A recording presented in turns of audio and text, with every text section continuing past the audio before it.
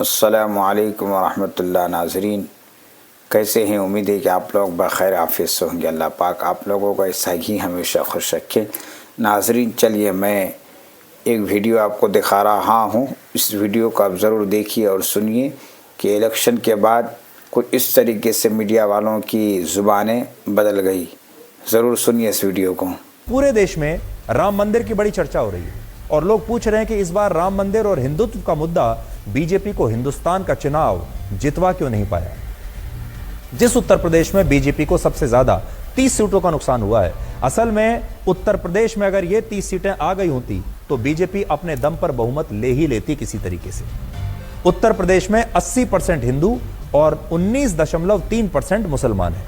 पूरा उत्तर प्रदेश छोड़िए, अयोध्या की फैजाबाद सीट पर जहां 85% हिंदू और 15% मुस्लिम आबादी है, वहां भी बीजेपी भगवान श्री राम का मंदिर बनाने के बाद भी चुनाव हार गई। इसी तरह जिस हरियाणा में 87% हिंदू और 7% मुसलमान हैं, जिस राजस्थान में 88% हिंदू और 9% मुसलमान हैं, और महाराष्ट्र में जहां 80% हिंदू और 11% मुसलमान हैं, जिस बिहार में 83% हिंदू और 17% मुसलमान हैं, वहां भी बीजेपी कई सीटों पर चुनाव हार गई। इससे क्या पता चलता है? इससे यह पता चलता है कि हिंदुत्व से अब हिंदुस्तान में चुनाव नहीं जीता जा सकता।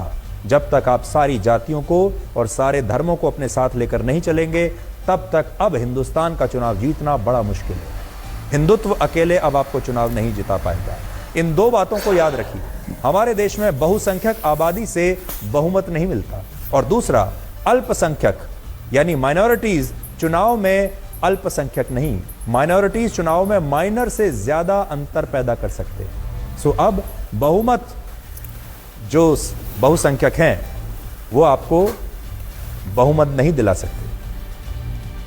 इसका मतलब यह हुआ कि जब कोई पार्टी हिंदुत्व के मुद्दे पर चुनाव लड़ती है तो हमारे देश में जो 15% मुसलमान हैं वो तो पहले दिन ही उसी पल से उस पार्टी के खिलाफ हो जाते हैं। 15% वोट आपके उसी वक्त कट गए, क्योंकि हमारे देश में हिंदू भी बहुत सारी जातियों में बटे हुए हैं। हिंदुत्व के मुद्दे पर भी चुनाव लड़ने से लगभग 17% दलित भी तुरंत पार्टी के खिलाफ हो जाते हैं, और बहुत सारे जो सेकुलर हिंदू हैं, जो धर्म निरपेक्षता में विश्वास रखते हैं, जिन्हें ये नारा पसंद नहीं आता, वो भी तुरंत उस पार्टी से अलग हो जाते हैं। और इस तरह चुनाव की शुरुआत में ही हिंदुत्व का मुद्दा लगभग 30 से 35% मतदाताओं को उसी पार्टी के खिलाफ कर देता है, और बाकी जो 70 या 65 या 60-70% वोटर्स बचते हैं वो भी अलग अलग मुद्दों और जातियों के आधार पर बट जाते हैं। और इसीलिए नया जो सबक है वो ये है कि हिंदुत्व के मुद्दे पर अब हिंदुस्तान में चुनाव नहीं जीते जा सकते, और ये बात बीजेपी को अब समझ लेनी चाहिए।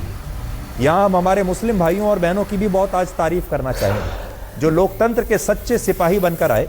और लोकतंत्र तब पूर्ण होता है जब उस लोकतंत्र में लोग वोट डालते हैं, अपना कर्तव्य निभाते हैं, चाहे किसी को भी डालें। और मुस्लिम मतदाताओं ने इस लोकतंत्र में अपनी जिम्मेदारी और कर्तव्य निभाकर शानदार काम किया है, और उन्होंने जो भी उनका फैसला रहा होगा, उन्होंने ये बता दिया कि वो क्या चाहते हैं। और यही लोकतंत्र की खूबसूरती है। अगर राम मंदिर और हिंदुत्व का मुद्दा इस बार नहीं चला तो इसके लिए मुस्लिम मतदाताओं को दोष देना पूरी तरह से गलत होगा। सच्चाई तो यह है कि अब सिर्फ हिंदुत्व के मुद्दे से ही चुनाव नहीं जीते जा सकते। राम मंदिर के मुद्दे पर, राष्ट्रवाद के मुद्दे पर और हिंदुत्व के मुद्दे पर बड़ी संख्या में हिंदुओं ने ही वोट नहीं डाला। वर्ष 2014 का चुनाव बीजेपी ने हिंदुत्व के साथ परिवर्तन के मुद्दे पर जीता था। 2019 के चुनाव में पुलवामा हमले के बाद राष्ट्रवाद का मुद्दा बहुत निर्णायक हो गया था। लेकिन अगर आप ये सोचें कि राम मंदिर पर हिंदुत्व के मुद्दे से हिंदुस्तान में चुनाव अब जीत सकते हैं, तो यह असल में कम से कम भारत में तो आगे संभव नहीं रहा।